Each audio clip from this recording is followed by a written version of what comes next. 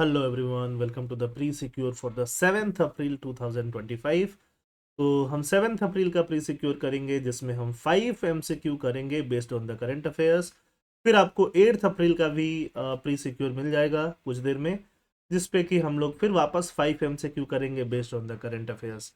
तो please watch both the pre secure for the 7th April and also for the 8th April. 5-5-10 question आपको मिलेंगे जो directly आपके prelims का examination में आ सकते हैं। First is vibrant village programme, second is technology and innovation report 2025, third is India's UNESCO tentative list of world heritage site, fourth is convention on cluster munitions और fifth is rare sarus crane spotted in Assam. तो ये पांचों topic में हम कौन कौन सा topic ज़्यादा पढ़ने वाले हैं या किस पे एग्जाम में आने का फोकस ज़्यादा है। टेक्नोलॉजी और इनोवेशन रिपोर्ट पे एग्जाम में आने का फोकस ज़्यादा है। जो भी साइट्स टेंटेटिवली ऐड की गई हैं वर्ल्ड हेरिटेज साइट की लिस्ट में, तो ये हर एक साइट के बारे में आपको पता होना चाहिए, कुछ भी एग्जाम में आ सकता है। क्लस्टर म्यूनिएशन रिपोर्ट भी इंपॉर्टेंट होगा एग्जाम परस्पेक्टिव से। बाकी वैसे तो पांचों टॉपिक ही इंपॉर्टेंट है। वाइब्रेंट विलेज प्रोग्राम के बारे में पढ़ते हैं। वाइब्रेंट विलेज प्रोग्राम हमने डीसीए में भी कवर किया था एक दो दिन पहले। वाइब्रेंट विलेज प्रोग्राम 2023 में लॉन्च हुआ था। इसका पार्ट 1 सेंट्रली स्पॉन्सर्ड स्कीम है, aimed at development of villages. Village का डेवलपमेंट करना है जो कि इंडिया के नदर्न बॉर्डर के पास है। नदर्न बॉर्डर में कौन सा, चाइना वाइना आ जाता है, ये सारी चीज़ें आ जाती हैं। तो वहाँ पे जो पास है, तो इसीलिए ये आपका वाइब्रेंट विलेज प्रोग्राम लॉन्च किया गया था। Very very correct. Vibrant village programme 2 अभी लॉन्च हुआ है, जिसमें सेंटर फुल्ली फंड करने वाली है और ये इतना पैसा एलोकेट किया गया है 6,839 crore and is targeted to be implemented through financial year 2028-29 तक इसको इम्प्लीमेंट किया जाएगा। वाइब्रेंट विलेज प्रोग्राम 2 में वही स्टेट ऐड किए गए हैं जो वाइब्रेंट विलेज प्रोग्राम 1 में थे, ऐसा नहीं है, कुछ और नए स्टेट्स भी ऐड किए गए हैं। तो 3 जो है वो गलत है, बिहार वगैरह भी ऐड किया गया है जो कि नेपाल बॉर्डर से सटा हुआ है, नेपाल बॉर्डर से। तो फर्स्ट सेकंड जो है वो करेक्ट है, बट थर्ड जो है वो करेक्ट नहीं है। तो फर्स्ट का आंसर जो हो जाएगा, first second correct, third incorrect.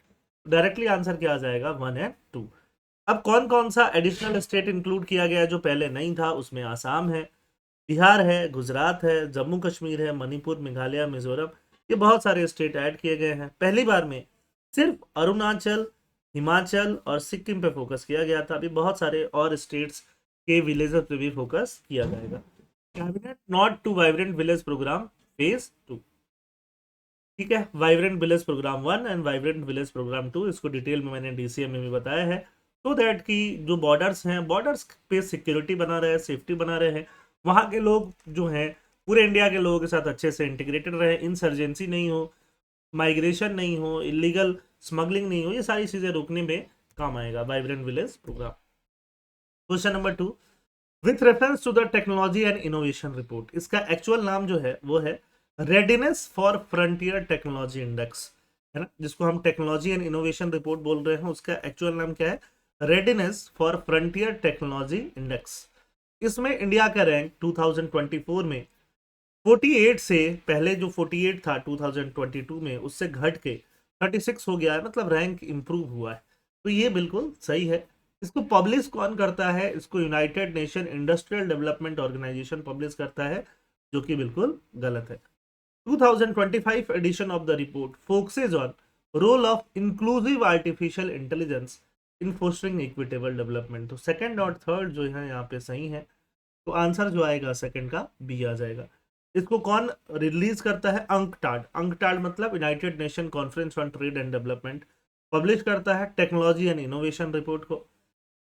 2025 edition titled Inclusive Artificial Intelligence for Development focuses on guiding policymakers through the AI landscape with an emphasis on inclusive and equitable technology progress। Statement 3 भी correct है। India improved its position in the Readiness for Frontier Technology Index from 48th in the 2022 to 36, और India has been ranked 10th in the world with significant private investment in artificial intelligence in 2023। India को significant private investment की वजह से 10th, सिर्फ private investment in artificial intelligence में 2023 के basis पे India को 10th रैंक दिया गया है। ओवरऑल टेक्नोलॉजी इंडेक्स में 48th रैंक से घट के 36 पे आए, लेकिन सिर्फ प्राइवेट इन्वेस्टमेंट इन एआई में हमारा रैंकिंग क्या है, 10th है। तो ये फैक्ट भी इंपॉर्टेंट बनता है, 36 वाला फैक्ट भी इंपॉर्टेंट बनता है। कौन रिलीज करता है, ये भी काफी इंपॉर्टेंट बनता है। India ranks 36 in frontier tech readiness index United Nation report. UNCTAD इसको क्या करती है, पब्लिश करती है।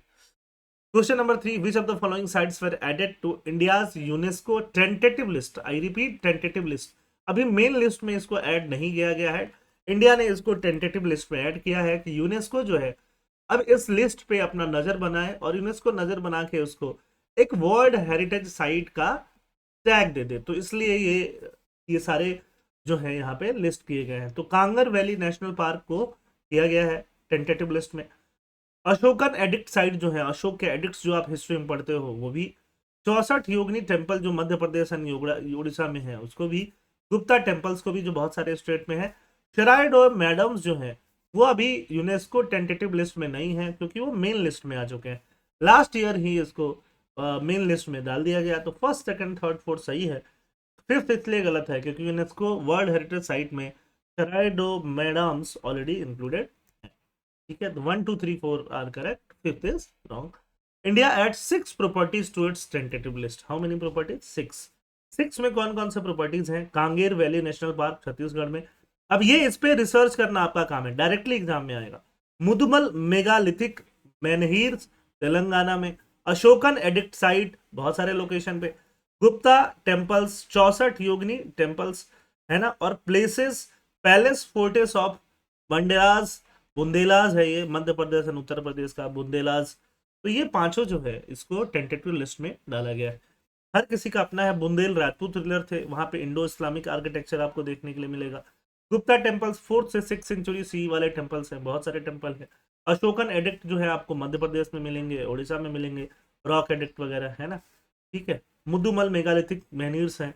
और अशोकन एडिक्ट्स आपको इंडिया में बिहार में भी बहुत सारे साइट्स पे मिलेंगे। ठीक है, तो ये सारे साइट्स के बारे में आपको थोड़ा बहुत तो पता होना ही चाहिए। Question number 4, convention on cluster munitions. Cluster munitions, convention on cluster munition क्या है? Convention on Cluster Munitions was adopted in 2008 and entered into force in 2010. It prohibits the use, production, transfer and stockpiling of cluster munitions. ऐसा म्यूनिएशन जो एक बार bomb गिरा के अगल बगल पूरा बहुत हजारों लोगों को एक बार जिससे माना जा सकता है उसको क्या बोलते हैं आप? म्यूनिशंस। क्लस्टर म्यूनिशन मतलब एक साथ क्लस्टर में जिससे लोगों को मारा जा सकता है। तो ये ऑब्वियस बात है, बॉम्ब वगैरह को, बड़े बड़े बॉम्ब्स का प्रोडक्शन, यूज, स्टॉक पाइलिंग ये प्रोहिबिट किया गया है। ठीक है, India, US, Russia, China are among the countries that have signed. बिल्कुल साइन नहीं करेंगे, यही कंट्रीज है जिन्होंने साइन भी नहीं किया है। रेटिफाई करने का तो छोड़ ही दो। आंसर क्या आएगा? 1 and 2। Statement 1 is correct. Convention on cluster munitions was adopted on 30 May 2008 and entered into force on 1 August 2010, है ना। स्टेटमेंट 2 भी 3 है। स्टेटमेंट 3 क्या है? इनकरेक्ट है। Lithuania quits cluster bomb ban treaty despite outrage. इसका नाम क्या है? क्लस्टर बॉम्ब बैन ट्रिटी भी है। देख लो यहाँ पे जो ये कंट्री है, इन कंट्री ने साइन भी नहीं किया है। इन कंट्री ने साइन किया है बट रेटिफाई भी नहीं किया है। और यही कंट्री जो है इन्होंने साइन और रेटिफाई दोनों किया है, जिसमें एक बड़ी कंट्री जो है कनाडा है, एक बड़ी कंट्री जो है ऑस्ट्रेलिया है, बहुत सारी अफ्रीकन कंट्रीज हैं। यहाँ पे यूरोपियन कंट्रीज भी आपको मिलेंगी जो साइन और रेटिफाई करके रखी हैं। इंडिया, यहाँ पे यूएस हो गया, यूएस के नीचे या इंडिया हो गया, रशिया हो गया, चाइना हो गया, इन लोगों ने ना तो साइन किया है ना तो रेटिफाई किया है। Last question for the day, sarus crane. Sarus crane के बारे में बताओ। टॉलेस्ट फ्लाइंग बर्ड है, tallest in India. Its population is mainly concentrated in the Gangetic plain and eastern Rajasthan. India की बात हो रही, बाकी जगह भी है। Migratory species found in different part of the world. तो ये बहुत ज्यादा माइग्रेटरी स्पेसीज नहीं है। Yes, it can fly but fly करके हजारों किलोमीटर नहीं जाता, बहुत भारी है एनिमल ये, बर्ड ये। तो फिफ्थ का आंसर जो होगा 1 and 2 हो जाएगा। ठीक है, rare sarus crane spotted in Tinsukia. Tinsukia में इसको स्पॉट किया गया है। In India sarus crane are mainly है, ओनली नहीं लिखा हुआ है, तो इसलिए Gangetic plain and eastern Rajasthan would be correct. The population density decreases as we move southward. Southward जब जाते हैं तेलंगाना और छत्तीसगढ़ इसकी साइड में, केरला वगैरह के साइड में, तो इनका पॉपुलेशन जो है सारस क्रेन का कम होते जाता है। तो आई होप आपको सारे क्वेश्चन समझ में आए होंगे। थैंक यू, जय हिंद।